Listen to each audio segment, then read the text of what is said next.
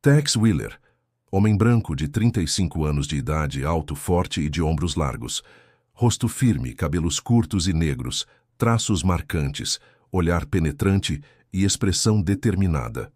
Usa camisa amarela, lenço preto no pescoço, calças jeans azuis e chapéu de aba larga marrom. Costuma portar um revólver Colt no coldre.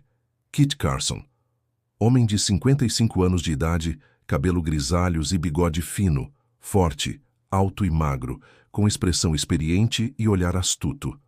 Veste camisa marrom com franjas, calças verdes e chapéu de abas largas. Normalmente carrega um revólver no coldre. Kit Willer, jovem atlético de 25 anos de idade, de rosto simpático e olhar decidido. Tem cabelos curtos e castanhos e porte ágil. Usa camisa vermelha com detalhes amarelos, lenço verde e calças azuis. Costuma andar com revólver e cinturão de ranger. El Morisco. Homem de meia idade, de pele clara, gordo e expressão inteligente. Usa bigode bem aparado, e seus olhos profundos revelam sabedoria e mistério. Usa um colete preto e camisa oriental branca elegantes, adornadas com detalhes orientais que lembram sua origem árabe. Usa uma xexia na cabeça, Tex Willer, a flor da morte. Olá, parceiros! Sejam muito bem-vindos a mais uma aventura do lendário Tex Willer. Preparem-se para uma história repleta de mistério, perigo e ação no Velho Oeste. Hoje vamos acompanhar Tex, seu filho Kit Willer, Carson e El Morisco em uma investigação que os levará aos limites do inexplicável. Acomodem-se, porque a história de hoje promete arrepiar até os mais corajosos. Esta é a Flor da Morte. A noite caía sobre o deserto do Arizona quando um clarão rasgou o céu estrelado. O meteoro atravessou a atmosfera como uma flecha de fogo, deixando um rastro luminoso que iluminou a vastidão árida por quilômetros. O impacto foi brutal. A rocha espacial se espatifou contra uma planície desértica isolada, criando uma cratera fumegante que brilhava com um estranho tom esverdeado sob a luz da lua. Tex Willer estava acampado a alguns quilômetros dali, junto com Kit, seu filho de 17 anos. O águia da noite observou o fenômeno com seus olhos experientes, estreitando-os enquanto via o clarão se dissipar no horizonte.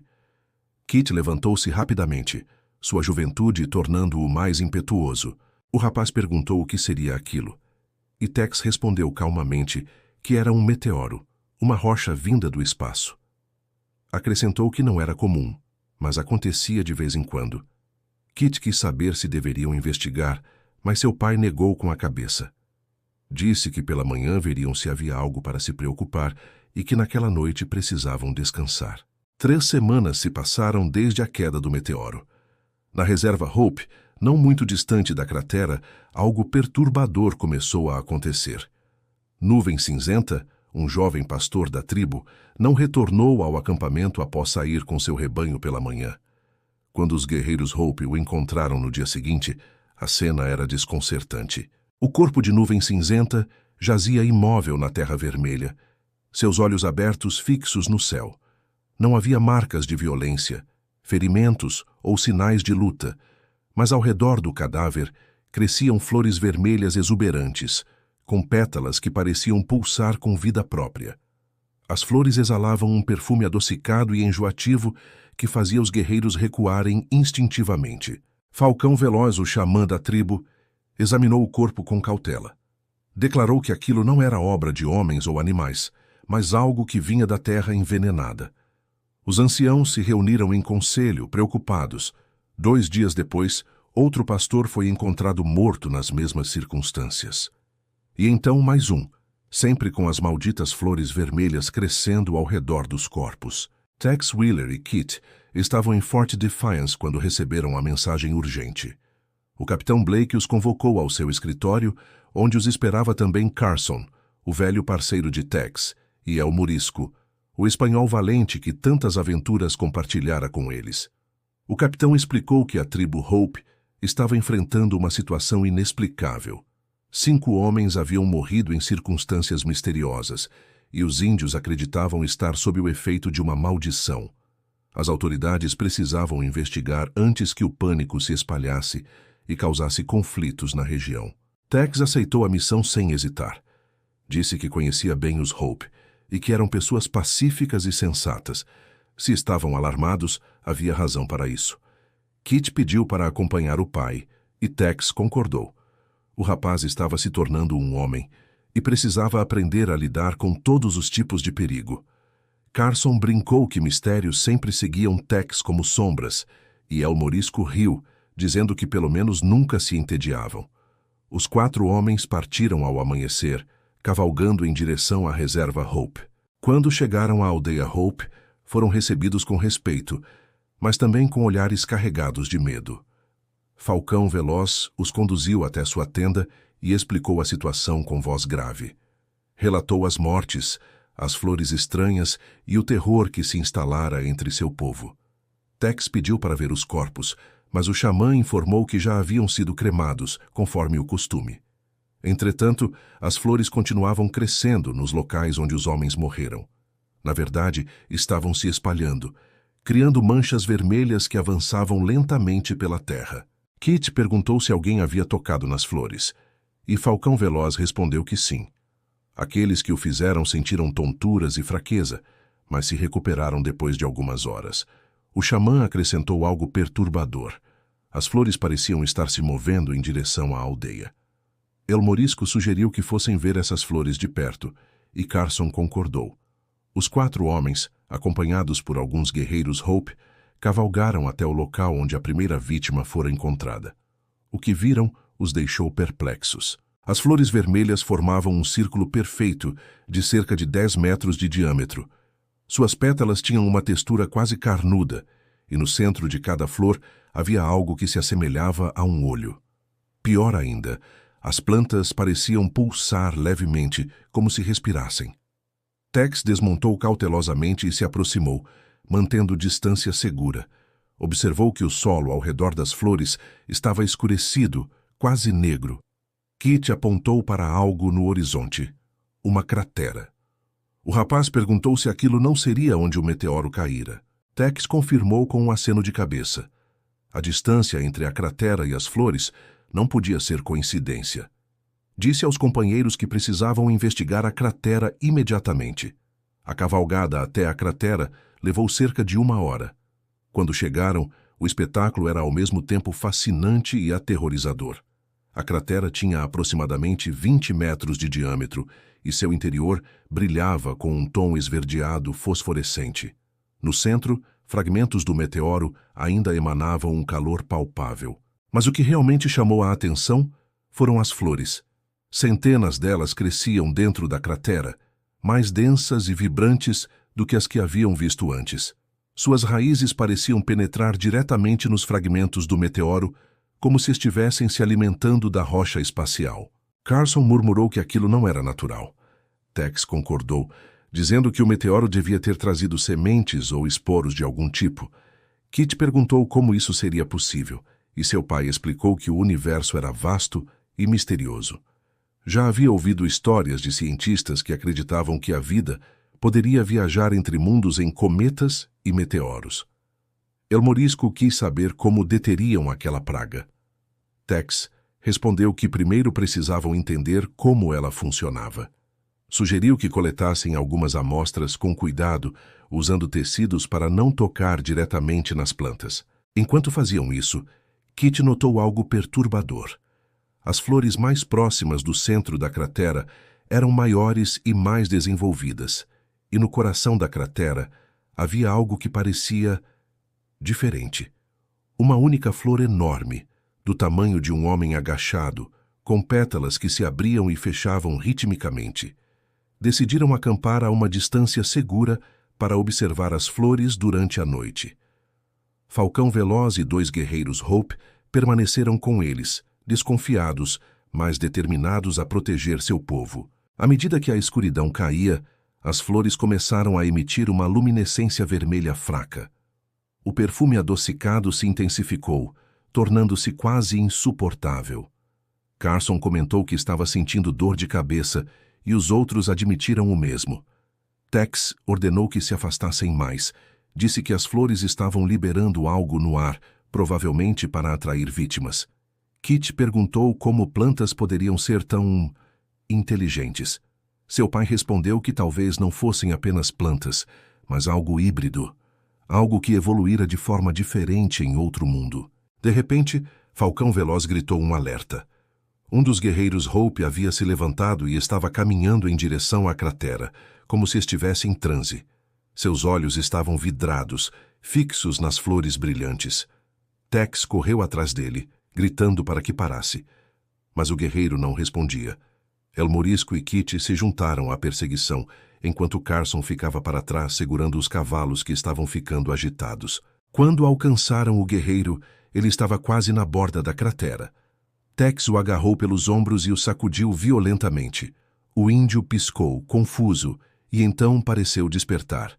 Começou a tremer, aterrorizado, murmurando que as flores o estavam chamando, prometendo paz e descanso eterno. De volta ao acampamento, Tex reuniu todos para discutir o que haviam testemunhado. Era claro que as flores possuíam algum tipo de capacidade de controle mental ou hipnose. Provavelmente foi assim que mataram os pastores Hope, atraindo-os para perto, entorpecendo-os com aquele perfume e então... Fazendo o que exatamente? Kitty sugeriu que talvez as flores absorvessem algo das vítimas. Nutrientes, talvez. Tex considerou a ideia sombriamente. Disse que fazia sentido. As plantas alienígenas precisariam de recursos para crescer, e em um deserto, a vida era escassa. Corpos humanos e animais seriam fontes ricas de nutrientes. El Morisco perguntou como poderiam destruir as flores. Fogo seria o óbvio, mas a cratera era grande e as flores estavam se espalhando. Carson sugeriu que destruíssem a flor central primeiro, aquela enorme no coração da cratera. Talvez ela fosse como a rainha de uma colmeia, controlando as outras. Falcão Veloz concordou. Disse que em suas visões vira uma flor que devorava o sol, e que enquanto ela vivesse, a escuridão se espalharia. O xamã acreditava que Carson estava certo. Tex tomou a decisão. Ao amanhecer, desceriam até a cratera e destruiriam a flor central. Usariam dinamite que haviam trazido para emergências. Se tudo desse certo, as outras flores morreriam ou, pelo menos, parariam de crescer. Os primeiros raios de sol mal haviam tocado o horizonte quando Tex e seus companheiros se prepararam. Kitty insistiu em acompanhar o pai até o fundo da cratera, e Tex, reconhecendo a coragem e determinação do filho, concordou. Carson e El Morisco ficariam na borda, prontos para dar cobertura se algo desse errado. Desceram cuidadosamente pela encosta da cratera, sentindo o calor aumentar a cada passo. As flores pareciam dormir durante o dia, suas pétalas fechadas, mas o perfume adocicado persistia.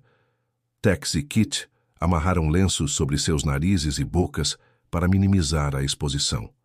Quando chegaram ao fundo, a flor gigante se erguia diante deles como um monumento grotesco.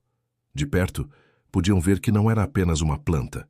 Sua estrutura incluía fibras que pulsavam como veias, e na base, raízes grossas penetravam profundamente nos fragmentos verdes do meteoro. Tex começou a colocar as cargas de dinamite ao redor da base da flor. Kit o auxiliava, mantendo-se alerta. De repente, o rapaz percebeu que as pétalas da flor gigante estavam se abrindo lentamente, mesmo sob a luz do sol. Gritou para o pai, e Tex olhou para cima. O centro da flor se abriu completamente, revelando não estames ou pistilos, mas algo que parecia uma boca cheia de espinhos cristalinos. A criatura, porque era impossível pensar nela apenas como planta, emitiu um som agudo e penetrante que fez ambos cambalear. Carson e El Morisco gritaram da borda da cratera, perguntando o que estava acontecendo. Tex ordenou que acendessem os pavios imediatamente. As coisas haviam saído do controle. Kit seguiu a ordem, suas mãos tremendo enquanto riscava os fósforos. Os pavios começaram a queimar, mas a flor gigante estava se movendo agora, suas raízes se libertando do solo com sons úmidos e repugnantes. Gavinhas começaram a brotar de seu corpo, chicoteando em direção a Tex e Kit. Tex disparou sua Winchester contra o centro da criatura, mas as balas apenas perfuraram as pétalas carnudas sem causar dano significativo. Gritou para Kit correr e ambos dispararam encosta acima enquanto as gavinhas os perseguiam. Uma delas agarrou o tornozelo de Kit, derrubando-o. O rapaz gritou de dor quando espinhos penetraram sua perna. Tex virou-se instantaneamente, sacou sua faca e cortou a gavinha com um golpe preciso. Líquido verde jorrou do ferimento da planta. Carson e El Morisco desceram correndo para ajudar. O espanhol disparou seu revólver contra as gavinhas que se aproximavam, enquanto Carson ajudava Tex a carregar Kit. O rapaz estava pálido, mas consciente, lutando para manter-se em pé. Atrás deles, a flor gigante continuava a se erguer, suas raízes agora completamente livres. Estava se transformando em algo móvel, algo que podia caçar. As cargas de dinamite ainda queimavam, mas parecia que não haveria tempo suficiente. Tex tomou uma decisão desesperada. Disse aos outros que corressem e não olhassem para trás. Ele ficaria para garantir que a criatura não escapasse. Kit protestou, mas seu pai foi firme. Ordenou que Carson levasse o rapaz para a segurança. El Morisco jurou em espanhol e disse que ficaria com Tex. Não havia tempo para discussão. Carson arrastou Kit para fora da cratera, enquanto o rapaz gritava pelo pai. Tex e El Morisco se posicionaram entre a flor monstruosa e a saída da cratera. A criatura avançava com movimentos estranhos, meio rastejando, meio se arrastando. Suas gavinhas chicoteavam o ar furiosamente. Os dois homens disparavam sem parar, mirando no que parecia ser olhos ao longo do corpo da criatura. Finalmente, o primeiro pavio alcançou a dinamite. A explosão foi devastadora. Uma bola de fogo engoliu a flor gigante e os fragmentos do meteoro. Tex e El Morisco se jogaram no chão, cobrindo suas cabeças enquanto a onda de choque os atingia. Em rápida sucessão, as outras cargas explodiram. A cratera inteira tremeu, desmoronando parcialmente. Terra e pedras choveram sobre tudo. Um grito agudo e não humano ecoou por sobre o deserto. E então, silêncio. Quando a poeira baixou, Carson e Kit desceram correndo de volta à cratera. Para seu imenso alívio, encontraram Tex e El Morisco vivos, cobertos de sujeira, mas ilesos. A cratera estava irreconhecível. As explosões haviam criado um colapso que enterrara os fragmentos do meteoro sob toneladas de rocha. Da flor gigante, restavam apenas fragmentos carbonizados espalhados pela área. Kit abraçou seu pai com força, aliviado. Tex sorriu cansadamente e despenteou os cabelos do filho, dizendo que estava orgulhoso de sua coragem. Mas ainda havia um problema. As outras flores, aquelas que se espalhavam pela região, ainda existiam. No entanto, quando caminharam até o local mais próximo, onde as haviam visto antes, descobriram algo notável. As flores estavam murchando, suas pétalas perdendo a cor vermelha vibrante e se tornando marrom. Carson estava certo. A flor gigante era de fato a fonte, e com sua destruição, as outras estavam morrendo. Falcão Veloz, que observara tudo de longe, aproximou-se com reverência. Declarou que os espíritos haviam guiado os homens brancos para salvar seu povo. Tex respondeu humildemente que apenas fizeram o que era certo e que a tribo Hope podia voltar a viver em paz. Dias depois, já de volta a Fort Defiance, Tex e seus companheiros relataram os acontecimentos ao capitão Blake. O oficial ouviu tudo com expressão de incredulidade, mas os ferimentos de Kit e os testemunhos dos Hope confirmavam a história extraordinária. Blake comentou que era difícil acreditar que vida alienígena pudesse chegar à Terra, muito menos ser tão hostil. Tex respondeu que o universo era vasto e misterioso. Aquelas criaturas plantas provavelmente não eram malignas por natureza, apenas tentavam sobreviver em um mundo estranho. Mas sua sobrevivência significava morte para humanos, e isso não poderia ser tolerado. Kit, cuja perna estava enfaixada, mas cicatrizando bem, perguntou se poderia haver mais meteoros como aquele. Seu pai admitiu que era possível, mas improvável. E se acontecesse, agora saberiam o que procurar. Carson brincou que depois daquela aventura, merecia umas semanas de descanso. El Morisco concordou, dizendo que plantas assassinas de outro mundo eram demais até para ele. Tex sorriu e olhou pela janela para o vasto céu azul. Disse que o oeste sempre reservava surpresas, fossem elas vindas da terra, do passado ou mesmo das estrelas, e enquanto houvesse pessoas para proteger, ele estaria lá para enfrentar qualquer perigo. Naquela noite, sob o luar do Arizona, nas terras Hope, a última flor vermelha finalmente morreu. Suas pétalas se desfizeram em pó que o vento levou para longe.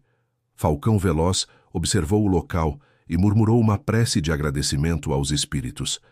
Mas o xamã não podia saber que a muitos quilômetros dali, em uma ravina escondida, uma pequena semente havia sido levada pelo vento antes da destruição.